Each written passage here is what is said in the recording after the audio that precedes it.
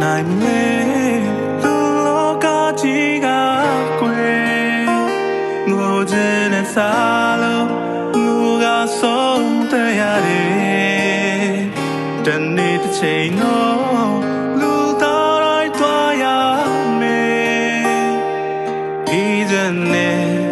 ဘုံဌာနလေးကိုကွယ်